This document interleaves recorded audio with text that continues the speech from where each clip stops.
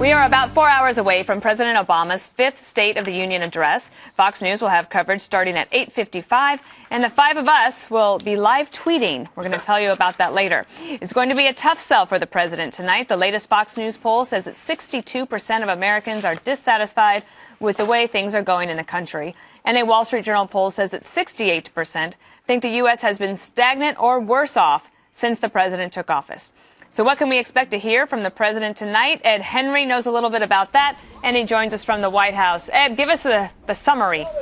Well, Dana, what's interesting is you'll remember from your final year or two of the Bush administration dealing with the end of the administration where we use that dreaded phrase small ball, where there's not a lot of new ideas, not a lot of major initiatives. You're kind of running out the clock.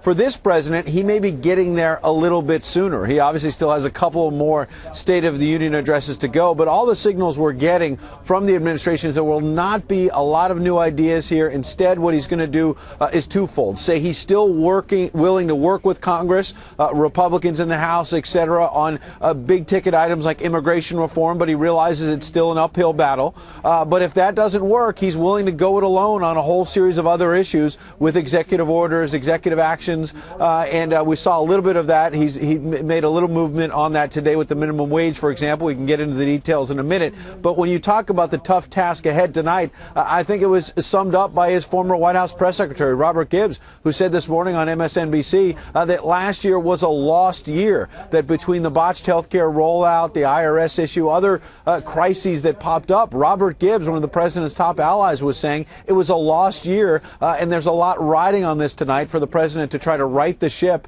and show he's still relevant here, Dana.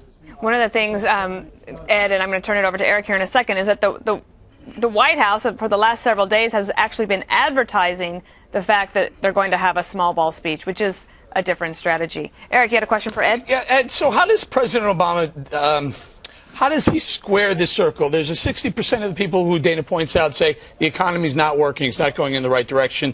The president, the country's not even going in the right direction. His approval rating is sliding, yet, you know, he's got the unemployment rate down to 6.7%, and GDP is frankly getting better. So he's got, on one hand, some good economic numbers, but the country's just not seeing it. How does he make how does he make his people, all of us, realize that maybe something he's doing might be right? And is it? I've seen him struggle with this for over 5 years now, because anytime there's positive economic data, if he looks like he's cheerleading it too much, when there's folks across the country who are just not feeling it yet, he looks like he's out of touch. But yet if he doesn't tout the good economic data, he has to deal with the fact that there's other bad economic news out there that he still has to deal with. The bottom line is we continue to hear, this week we were hearing from Jay Carney and others, that the reason why the country is still struggling with the economic crisis, the damage from that, is that the president inherited this crisis from President Bush. Republicans don't like to hear that, but this administration continues to say that. And so what they'll say is, look, the hole was so big when he came to office that, yes, progress has been made, but there's still not enough. Bottom line is, harder and harder case for the president to make to the American people. It might have worked the first year, second year, but now when you're beginning your sixth year in office and you're doing yet another State of the Union address, he's now had over 5 years in charge of the economy. That's a harder case to make. Hey, Ed, this is Beckel. You've been around the president now for some time. Can you name me one time, just once, that a Republican has said anything positive about Barack Obama? Ouch. I can name you 1,000 where they've obstructed him. And why he even says he's going to work with those fools in the House, I don't know. But let's assume he has to do it. Name me one time they've said something positive about his economic program.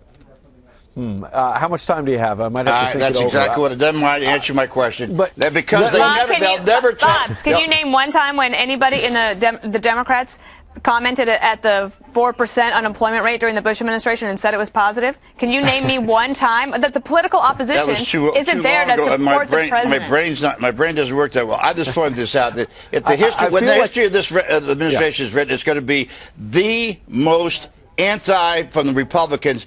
Everything they could do to scuttle this guy, they go right back to what Mitch McConnell said. Our job is to defeat the guy. Oh, my goodness, Ed. I'm going to go to Andrea next. Okay, I feel like I'm in the middle of an awkward family fight here at a Thanksgiving Welcome table. To the five.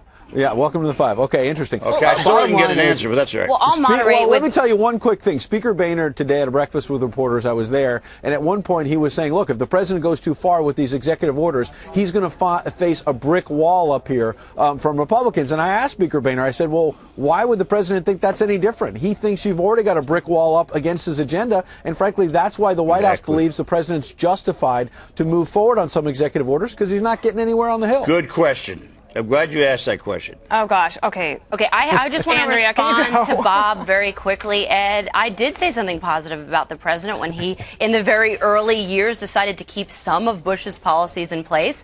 We all said that here around this table. So there's your question answered, Bob. Now it's my turn. Okay. No, I said Ed, how does the president draw a balance tonight, right? So he has a number of very nervous Democratic senators who are up for re-election in purple states that are very nervous about him going into global warming on arguably the coldest day we've seen in a long time, or other issues like Obamacare. They don't want him to talk about this policy failure. But at the same time, doesn't he have to give his base something to rally them, to get them excited in the fall? How is he going to strike that balance?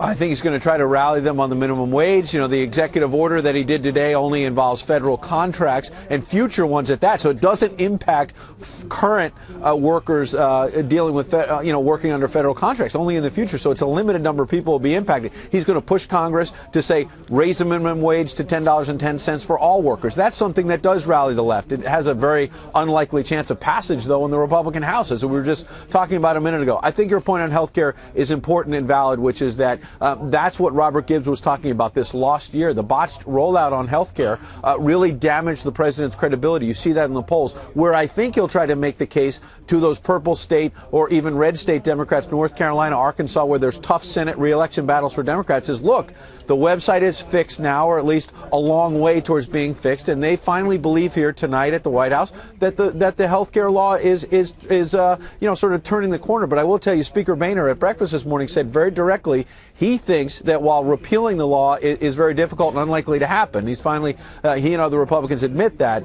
but they still say, Speaker Boehner does, he thinks this law will fall under its own weight, that the math is not going to add up, not enough young people are going to sign up. We'll see, but the president tonight will make the case that we need to continue pushing forward on the health care law.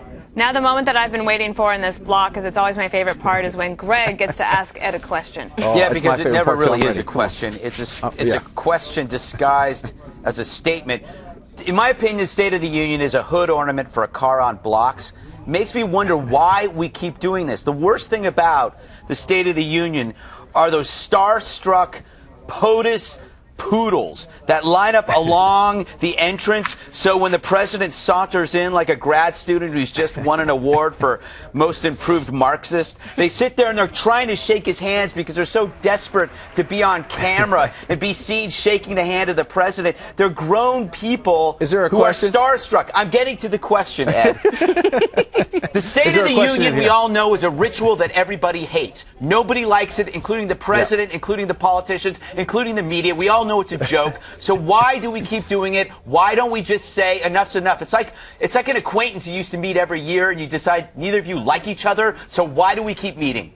Well, because there's a little something for everyone. For the media, we get to have a big night, have a little bit of drama. The Republicans get to sort of speak their piece about what they don't like about the president. But for the president, sure, I bet you there's probably 100 other things he'd rather do than get in front of that, the House chamber, Democrats and Republicans, and explain his policies again, et cetera, et cetera. But he is at such a difficult point in his presidency right now, having a chance to not just go before that chamber, but more importantly, go before the nation and try to reset things. That's something he desperately has to do, because the other thing, undergirding this entire night is the fact that this president is getting closer and closer to being a lame duck. And so he's got to try to grab the nation by the lapels and say, look, I'm still relevant here, and here's what I want to do for the last 3 years. Hey, that was exactly what I was going to ask you. Isn't he, in fact, after the speech, won't he be, in fact, lame duck? I mean, honestly, look, 10-10 minimum wage for 4 months. 10-10 minimum wage for federal employees, that's nothing. Immigration, he's tried that 3 or 4 times before.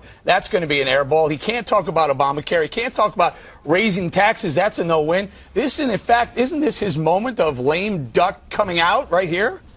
It's one of his last chances, frankly, because he's got a 3 to 6 month window before you got the summer and the fall when what's going to happen? All these Democrats and Republicans in that chamber tonight are going to be thinking about the midterm elections. And if the Republicans take back the Senate and hold the House, and that's a big if, we don't know how all this is going to play out, but if they do, his final 2 years in office, yes, lame duck city. But if somehow he can keep control of the Senate and somehow make some gains in the House, maybe his agenda has a fighting chance. But yes, you're right. The odds are he's closer and closer to lame duck. He has a narrow window. This is here. Beckel again. I told my producer not to attack you as if you were a Republican commentator. I know you're a good reporter, and I was asking that in a rhetorical way. But having said that, after you listened to Boehner this morning, do you think the Republicans have a sense, as bad shape as Obama is in, their numbers are worse?